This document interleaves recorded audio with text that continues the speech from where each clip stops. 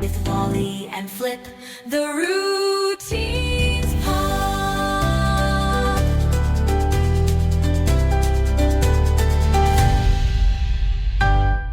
Hello everyone, welcome back to Walley and Flip. I'm Walley. And I'm Flip, and welcome back to another episode. Today we're going to be previewing the Olympic team competition. Before we do that, I want to quickly just invite everybody to follow us on Instagram.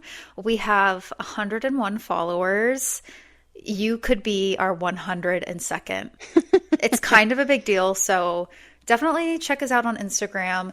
We also never mentioned it on the pod, I don't think, that we're now posting on YouTube as well, audio only. We are still cartoon characters. So also, I don't even think we could possibly do like a video episode because my network is horrible. We can barely get through audio. Right. And I want to be incognito the rest of my life. So exactly. We're not opening ourselves up to that. That's the lore of Walley and Flip. It's pretty spectacular. Speaking of, we are also going to do an episode hopefully later this week where we react to the, what is it, Glitter and Gold? Glitter and Gold. Glitter and Gold, the Netflix documentary that focuses on Maddie and Evan, Piper and Paul, and Guillaume and Laurence. And as I was watching this morning, I'm hearing other podcasters' voices come up. Granted, they're way more popular than us. We get 500 listens an episode. But I was like, oh my God, what if our voices come up? Spoiler, they did not. We didn't make the cut. I didn't know there was a cut to even be made. But had I known, maybe, I would have, I don't know. You would have politicked harder. I know. I was a little sad. Well, let's just be clear. I asked Flip last night, hey, do you want to try to watch the documentary so we can talk about it today? Flip's like, no, I don't have enough time. I can't watch it all. Have you now finished it? Oh, I finished it. Because of the podcast thing. Once she started to hear voices, she couldn't stop. She really was convinced we would be on there. I wasn't convinced. I was just what if, I would freak out. We don't have, first of all, nobody knows who we are. So it was silly for me to even think of it as a possibility. It just goes to show there's something not right up here in the head. Yeah, it's called delusion. I do that very well. All right. Shall we get into the team event? Let's do it. I've been really dying to talk about it. And now that the time has come, I don't even know what to say. Oh my God. Okay. Well, we'll break it down here. I want to start by saying I feel like the team event is just not as exciting for anybody. The skaters, the fans, maybe casual viewers, the team event in some ways could be a little bit more exciting because there's just less skaters to watch and it moves a little bit faster. But I think for the skaters themselves and the true skating fans, it doesn't feel as weighted as the individual competition. Okay, I love the team event. So I think I'm in the minority then. Okay, here's why I do love it. And this is what I was going to say. It gives skaters the opportunity to go home with some hardware who don't have as much of a chance in the individual competition. Yeah, and I like the sense of unity with the countries, right? That you're really working on this team together. It's a little more special than something like the World Team Trophy. Yes, I'm with you. I'm very excited. And I think this is actually one of the most unpredictable years, believe it or not. And I think we'll walk through why we think it is super unpredictable. And what makes it even more unpredictable is we still really have no idea who the teams are going to be until February 3rd. So, and that's not even, we don't know who's skating in what. We just know the teams, correct? I think we'll know probably who's doing the short program. Okay. We have a good idea. I would say probably the only countries where I'm not really sure what they're going to do is USA, obviously. And this is random, but France. And we'll talk about why. Okay. Or do we want to talk about that right now? Sure. What do you want to just level set with who's going to be there? Sure. Let's go through the countries. We have Poland, Great Britain, China, France, Korea, Canada, Italy, Georgia, USA, and Japan. So do we want to just start with a quick guess of what 5 countries do you think will qualify to go to the long? Oh, see, I was thinking more of do we start with who are really the outside chances of the top 5? Sure. And go down that way? Yeah. Okay. So let's quickly level set, maybe for anyone who this could be your first Olympics tuning into the figure skating competition. We're going to start with 10 teams, 10 countries. After the short program, the 5 teams with the greatest total of points will move on to the second round, where they will have their free skate, free dance, what have you. It's important to note a country can only split 2 events, meaning they could split the men's event between, 2 different men's skaters, one in the short, one in the free skate, and then same with like dance per se. But if you split 2 events, you have to have the same skater or team perform in both the short and the free. And also, flip to level set, do you want to talk a little bit about how the points are given? Sure. So, and I think this is very interesting. I really like the point system here in that first place gets 10 points, second place gets 9, third gets 8, and so on and so forth. There's no break, right? There's no like big break to say, 10, 8, 6, 4. I think in having a point system that works that way, it's like really lending to have who's the most well-rounded team. Versus something like a World Team Trophy, you have 2 single skaters from both the men and the women performing both the short and the free skate. So the single skaters at World Team Trophy like heavily weight that total score compared to like dance and pairs. So I really like the way this Olympic team competition is set up. Before we get into specifics, more about strategy. So when someone advances to the free section, is it true that the last place finisher cannot get lower than 6 points?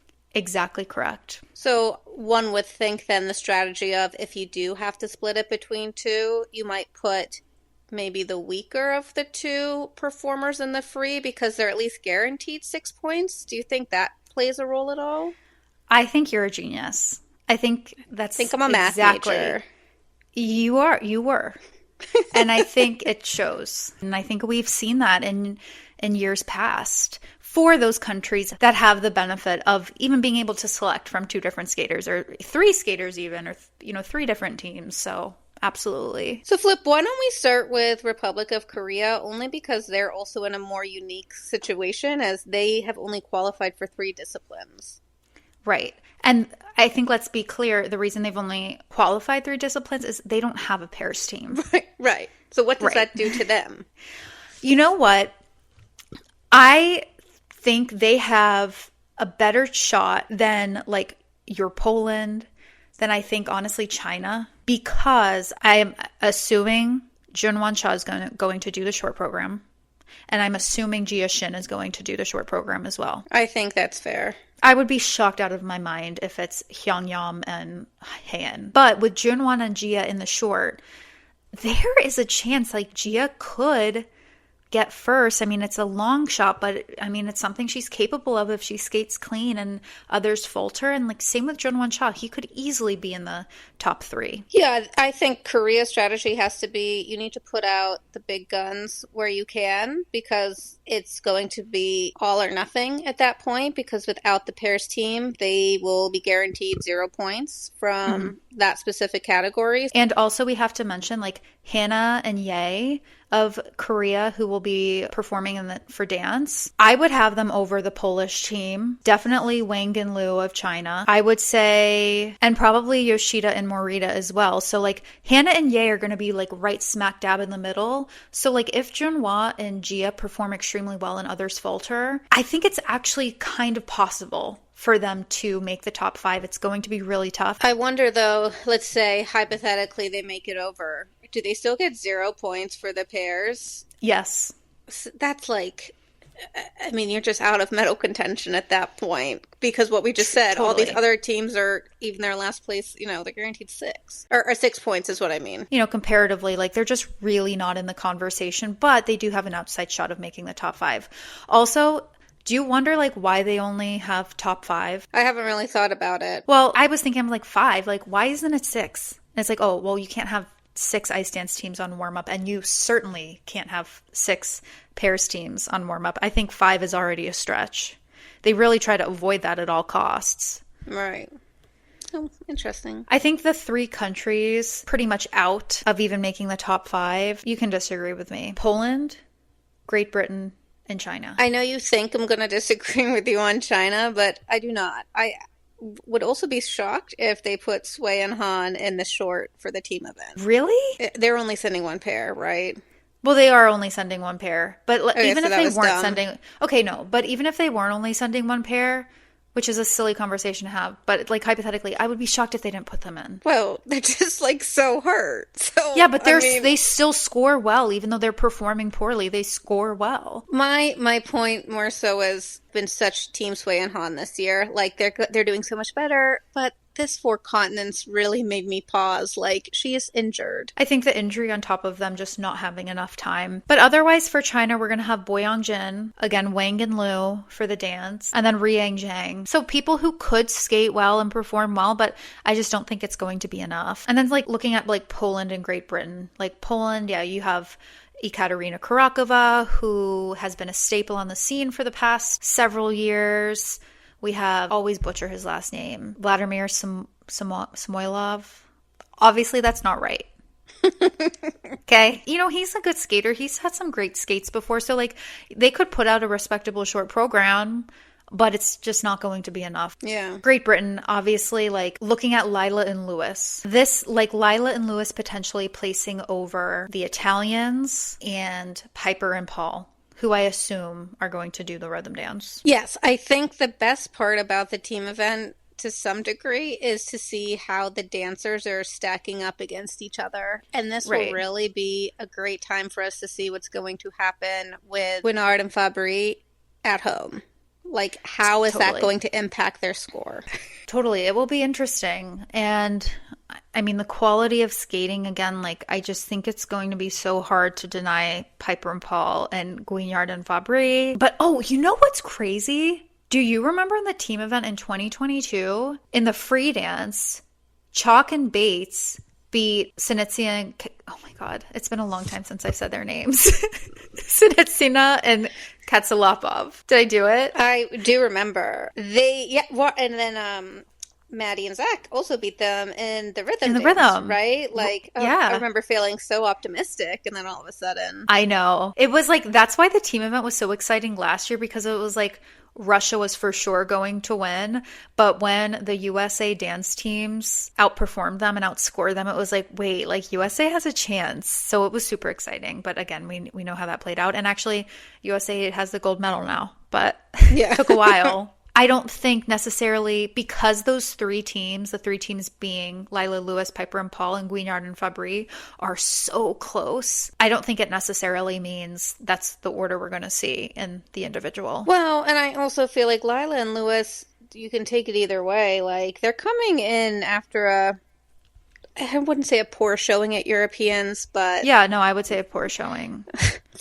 Well, their score didn't necessarily, they still medaled, but to me, the caliber of skating and, like you're saying, the skating skills, I know the performance is a lot, but I'd really hope to see Piper and Paul and Charlene and Marco ahead of them at the Olympics.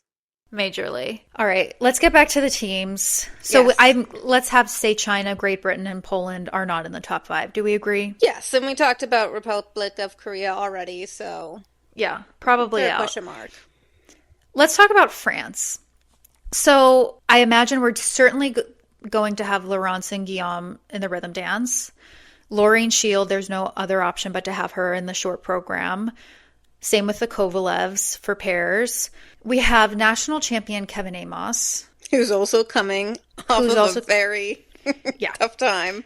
Same with Adam. So, like, who do you pick? I have no idea. But I think overall, like, France is another, like, major outside chance of getting into the top 5, unless some really bizarre thing happens where either Adam or Kevin, whoever competes in the short, gets first place. And then other people like have to really falter. Like, it's the points just aren't adding up with the Kovalevs and Lorraine. It's just going to be really hard for them to get in the top 5. I mean, you would think that they would offer it to Kevin first, only because he is the national champion this year. I mean, that seems fair. I mean, before I would say that shouldn't matter, but they've been kind of on the same wavelength this whole season, both Adam and Kevin, so I feel like it should be his to refuse.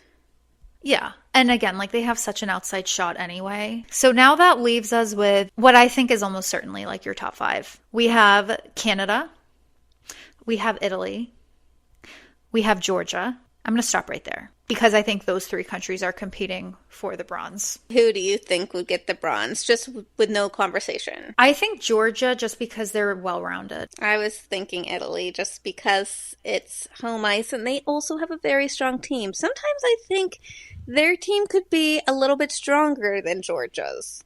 I'm rooting for Italy.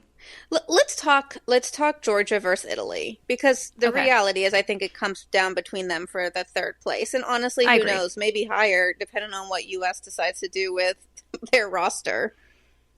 True. So yeah, like let's look at women first, comparing Georgia to Italy.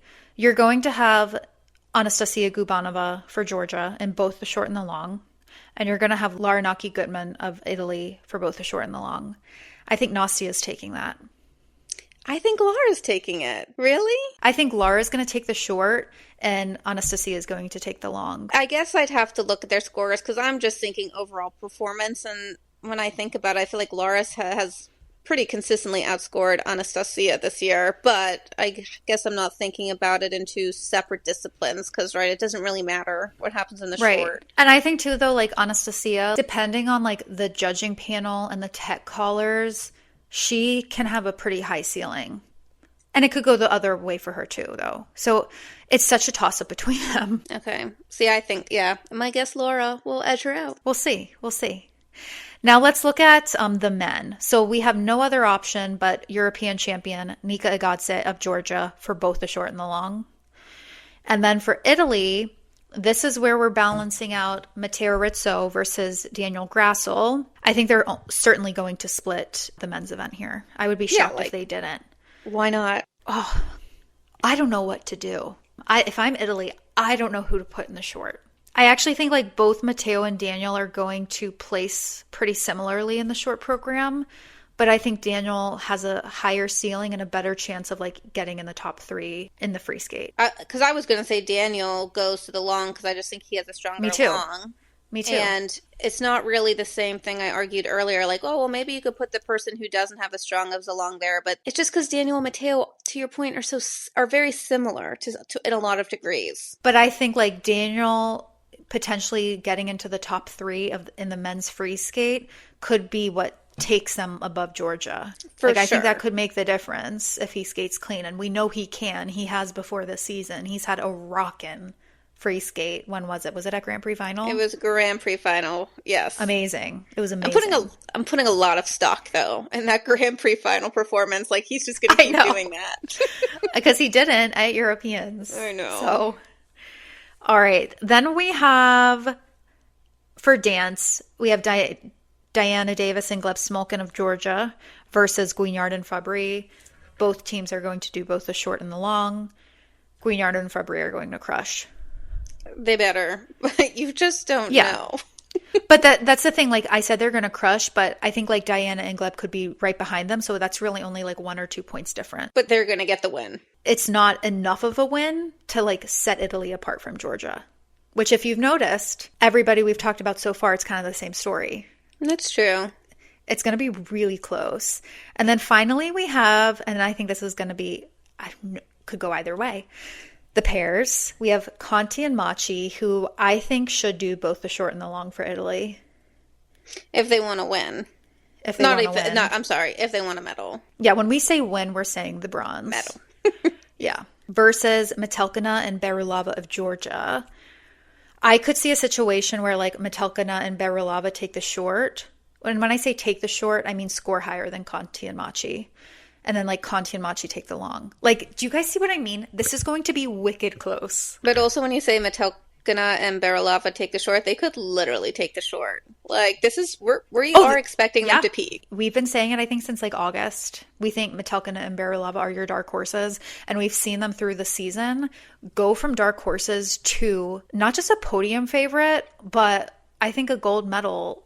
Not favorite, because I don't think there really is like a true favorite right now, to be honest with you. I guess Mira and Kihara. I'm definitely excited for pairs as long as Luca can keep his base correct when he's doing his lifts, but because that could be what is their downfall. I'm also still a little nervous about Conti and Machi. I still haven't heard about them. Have you? No, but I'm hoping they just took these last several weeks, a couple months to maybe rest a little bit so that they can peak in time for the Olympics and like schedule their training in a way that works well for them. I'm just crossing my fingers. Yeah, same.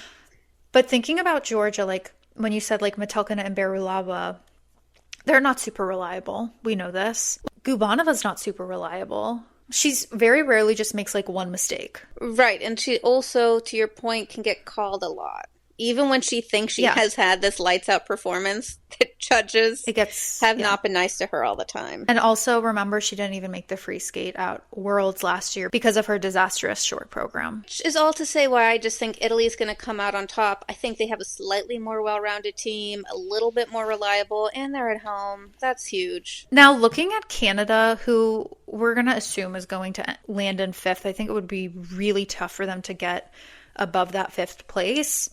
But not impossible, because we have Gogolev, who has 2 quads in the short program, 3 quads in the free skate. If he skates clean, he can be up there hugely. Maddie Skiza skated very well at the team event in 2022. Do not count her out. That could be her lucky event. Piper and Paul, especially in the free dance, if France doesn't make it, Piper and Paul could be second. So actually probably even likely. So Canada's not out of it. The only reason I'm worried mostly is obviously inconsistency of like Gogolev and Maddie Skizas, but also Deanna and Max. They've not been performing well. Well, don't you think that they might split the pairs in dance, or do you think they're just going to go all in? I think it probably will depend on like where they're standing after the short. You have to have Piper and Paul for both if they want to even take a shot at the podium. And I believe they don't have to say who's going to skate the free until right after the men's short concludes, like immediately after. So there, I believe, can be some strategy. Like, I don't think they have to call it, right? Like, I don't think so either, right? Because you don't even know if you're going to make it. Right. So, yeah. I mean, to your point, maybe they decide then. But let's also just pause for a second, because I think what has to come into the strategy is how close are the individual events after the team event? Because am I correct in saying men's is right after as well as dance? Yeah, you're exactly right. So the team event ends on Sunday, February 8th, and rhythm dance kicks off on Monday. See, like that's... I don't know how you feel about that, like, as an athlete. I mean, it's rough. I don't like it as a viewer. I don't think it's right. I mean, look, I think dance, I hate to say it, I mean, there's pressure for the dance teams, but it's not as much pressure in the sense that, like, I have to land my 7 jumping passes. Do you know what I mean? Yeah, I hear you. I mean, I can't compare it because I haven't done it, so. That's probably not even a valid thing to say, but, like, that's my perception. And it's just the rhythm dance. So I know, but competitions are made and lost in the rhythm dance. I know, but if Piper and Paul do the free dance and get second, that's going to, I think, help them going into the individual competition. Because they're coming off a second. Lila and Lewis aren't probably going to be in the picture of the team event. Same with Guillaume and Laurence. Right. Right? At least the final. So that could be a good way to gain some momentum. Really hoping Piper and Paul medal at the Olympics. After watching, which we're going to do a recap episode once Walley has watched them all. I love Piper and Paul. I mean, I've only watched 1.5 episodes and I already am like, ugh, I just really hope they get a medal. I mean, honestly, Maddie and Evan too. I really want them to win. Me too. I didn't say that before. I know, Maddie and Evan, both of those teams, they just have worked so hard. Do I think Piper and Paul should have won Worlds in 2024? Yeah. Oh yeah. Yeah, they should have. Yeah. That really was stolen disgusting from them. Sorry. The flip cry. But it's nothing against Maddie and Evan. It's not. I just thought Piper and Paul's 2024 free dance at Montreal was the most emotional I've ever felt watching a free dance. Oh my God. I honestly, in that moment, I was just I've never seen anything so impressive and beautiful. Magic. I mean, I will say I remember though, Piper and Paul's rhythm dances Not that good. year Not probably good. is what Yep, lost sorry. them Yep, the world title. I get it. Yeah. So fair enough. They did win the free dance that year, so okay. It's fine. But yeah, I agree with you. I mean, man, but we'll talk about that more in our I know. reaction episode. But they should have brought back Wuthering Heights. I don't know what they were thinking. Can I just say one thing too? I know we should save this for the reaction, but when I see partners like Evan and Paul, these men at a young age, when they're just boys, are put on a pedestal because there's 10 women, 10 girls looking for a partner and one man looking for a partner. So to see people like Evan and Paul who have like grown to be like so supportive and respectful of their partners makes me like love them so much. No, like they're so wholesome. Like I know. they're just wholesome men. It's crazy. In a sport, and because of the way you get brought up, it's hard in some cases. And of course, that's not all. Like, I think there's plenty of wonderful male ice dancers. I think Vadim seems wonderful. Like, I think Anthony seems wonderful. Like, I think they're all. Gleb is an angel. You know what I mean? So it's probably not even true. Well, we hear the worst. You hear the worst of the worst, and that's what you think about. Right. But all right. Should we continue on? Okay. With what we're supposed to be talking about? We should get back to the team. Okay, so who do you think is going to get the bronze? I think Italy. But see, here's my thing. When I say I think they're going to get the bronze, I still am the most worried about USA. I'm not sure what they're going to do. And for us to be thinking that, first, I do not think they're going to get the gold. And you know what? I think they shouldn't try to get the gold because it would just be too much on certain skaters, in my opinion. I think they should just do what's right for their athletes and what they want to do. What if US got bronze? It's possible. It's not crazy. So let's talk Japan. Let's say who we think is going to be competing on behalf of Japan. I think we're going to have Kaori in the short and the long. And I think that was like somewhat confirmed in the sense that like Ami and Mona have not arrived in Milan as of today. And women, to our point, is in the second half of the Olympics. Thus, it gives her time to recover. I imagine for men, they're going to split between Yuma and Shun. Yuma should do the short. And Shun should do the long. And you know what? I think Shun's like a easy second place in the long. Maybe first. You might think that that's like, oh, he's the maybe... I mean, neither of them are weak, but maybe the weaker than Yuma. But no, Shun's long has been fantastic scoring this year. And if Ilya doesn't do the long, which we'll talk about, I would be surprised if he did the long. Shun's winning the free skate in the team event. And Yuma's short is a very high ceiling. Like, he really thrives in his short program. And we're assuming that's how they're going to select their team. I would be shocked if it was anything else.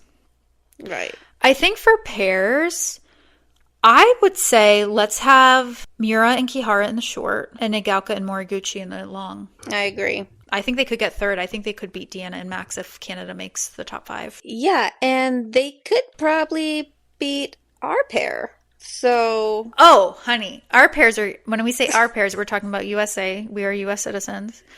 Our pairs are getting last place. That is a good strategy of, like, do not put... Miura and Kihara in the long. Like, let them do the short. Especially because, like, Miura and Kihara in the long are at risk to losing to Conti and Machi and Metelkina and Berulava. That it's almost not worth it for them. And this just goes back to the conversation earlier when we talked about this already. This is where I think Italy and or Georgia, more so Italy, maybe is not just fighting for the bronze. They could be fighting for a silver. Like, when you think about who they're going to go up against. Okay, yeah, sorry. And then you have the dance for Japan. The dance is what's going to really hurt them. I mean, certainly in the free dance, the Japanese team is getting last. I think in the rhythm, 8th, if they're lucky. Yeah. So that's tough. Yeah, I guess that's where numbers matter. And I can't do math like that right now. But I don't think we want to, like, do the full math right now because we want to, like, leave some of it, like, to... Just, you know, a little mysterious. But just think about that. Let that simmer. That's what's really tough for them. Okay. USA. I have no clue what they're going to be doing. So I first saw for dance, I saw Zingis and Kolesnik and Carrera and Ponomarenko were training in Bergamo at the ice lab. Emilia said in like an Instagram video they wanted more time and more practice time, so they're just hanging out over there. So they're probably not doing the team event. So I'm like, okay, well, that makes sense. So Chalk and Bates are going to be doing both the rhythm and the long. That's what it seems like to me. Okay. Yeah. I mean, why not? I mean, I guess to your point, except they're going to be tired. But I think USA wants to go for the gold. Well, let's keep talking, like, about the others. Also in a picture at Ice Lab, Carrera Ponomarenko, Zingis and Kolesnik. I see Isabeau in the photo, and I see Alyssa in the photo. I don't see Amber in the photo. Is Amber doing both the short and the long? See, I think they should have Amber do the short and Alyssa do the long. That's what I have in my notes. But why is Alyssa at Ice Lab? It's fine. There's a week. It's an hour away. Yeah, so like I don't think that's counting anyone out. I know, I guess there'd be a lot on Amber to make them do two, because then in that case, they're not going to put two pairs in. Like, we don't need that. Just pick Cam and O'Shea and like be done with it. So like, agree. Don't waste your double on that. If you're not going to do it for Maddie, I thought, okay, maybe they'll do it for like Maddie and Evan, and then they'll do it for Elia because they both have to compete next week. Like, that's who I think if you're going to do doubles, they should be able to say, like, I do not want to do both events because I want to make sure I'm preserved for the individual event. And so I think they should get first call of kind of driving that decision. But, you know, if Maddie and Evan want to do both, then, like, don't have women do both. I agree. Like, it seemed weird. And maybe, and again, like, we have a whole week. We could be totally wrong. This is all speculative. It's an hour away. Like, I drive an hour to work every day. Like, you know what I mean? Like, it's not crazy to think that Alyssa can still be doing the team event. But I agree with you. I mean, if it were me, I would have Amber do the short. I'd have Alyssa do the long. I'd have Chalk and Bates do both the short and the long. I'd have Ellie and Danny do both the short and the long. We didn't talk about men yet. I would have Elia do the short. And I would just have Torgashev do the long. Yeah. Honestly, I think Torgashev could pull like a Maddie Skeezes 2022 and like skate clean in the free skate in the team competition. Like, and it would just be like, wow, like, I can't believe they pulled it off. I could see that happening. Now, Torgashev get to the individual event. I don't see, we might not be seeing him in the free skate. I don't mean to laugh. It's just because it's so competitive. It's so competitive. And what, worst comes to worst, like, let's say Torgy would get last in the long, and let's say Ellie and Danny got last. They still get 6 and 6. If you had then Alyssa, she could get first. You don't know. She could get the 10 points. Maddie and Evan could get the 10 points. Then that's still a good showing. Yeah. And I mean, Alyssa, just because I would imagine she's going to skate clean as first or second, right? She's world champion for heck's sake. She's Grand Prix final champion for heck's sake. So... Oh, wait, someone on Spotify commented, did you see it about the comeback? Oh, yeah, I'm sorry. I mean, yeah, like, they have a point. I know, I was like, LOL. I know, I'm embarrassed. I know, I meant to respond to that individual, and I will. Well, actually, I don't, because if that individual is listening, which they probably aren't, because, I don't know. But, yeah, when we said in our last episode, what's, like, the greatest comeback? And we said, you know, Brady. Brady's been amazing. Alyssa Liu, hello. That's pretty much what someone commented, and I'm like, yeah. Fair. Announces comeback, wins world championships next year. Yep. Totally. Alyssa was very successful. Let's hope that's not the same story this year. With Guillaume and Laurence. Guillaume announcing, yeah. I can't wait to talk about glitter and gold or whatever it's called. I know, it was fun. But though it's going to make me sad if Piper and Paul don't medal. Like, I'm going to be really heartbroken for them. I know. But you know what? Anything can happen in ice dance. Like, think about, which is not, I don't wish this for anyone. Not really, but like, you know, there's been some pretty devastating disasters in Olympic ice dance. I know crazier things have happened. Also, think back to just Olympic champions of years past. Adelina Sotnikova everything she would be an Olympic champion. Sarah Well, Hughes. but this is ice dance, so it's a little different. I know, but like I don't think it's going to happen in ice dance. I mean, I think the winner's going to be either Chocolate Bates and Guillaume and Laurence, period. Just in general. Because I don't know if we're going to do like a preview episode for every single discipline. There's always like, I feel like at Olympics, just like kind of like a random, it's like a whoa, didn't see that coming. And some event. But is it like that because we just haven't followed it to the degree that we have most recently? Because you mentioned Sarah Hughes, but when you hear about like the lore behind her, she really wasn't like totally a dark horse. She had recently beaten Michelle. Like I think who could be like the Sarah Hughes this year is like an Ami Nakai, which like for skating fans, like that's not the craziest idea that Ami Nakai could be Olympic champion. Right. But you wouldn't expect it because there's just others of these huge names that you are expecting. Next Sunday, we are going to know who won the team event. And in less than 2 weeks' time, we are going to know the men's Olympic champion and the dance Olympic champion. I know. That's like gives me sends shivers.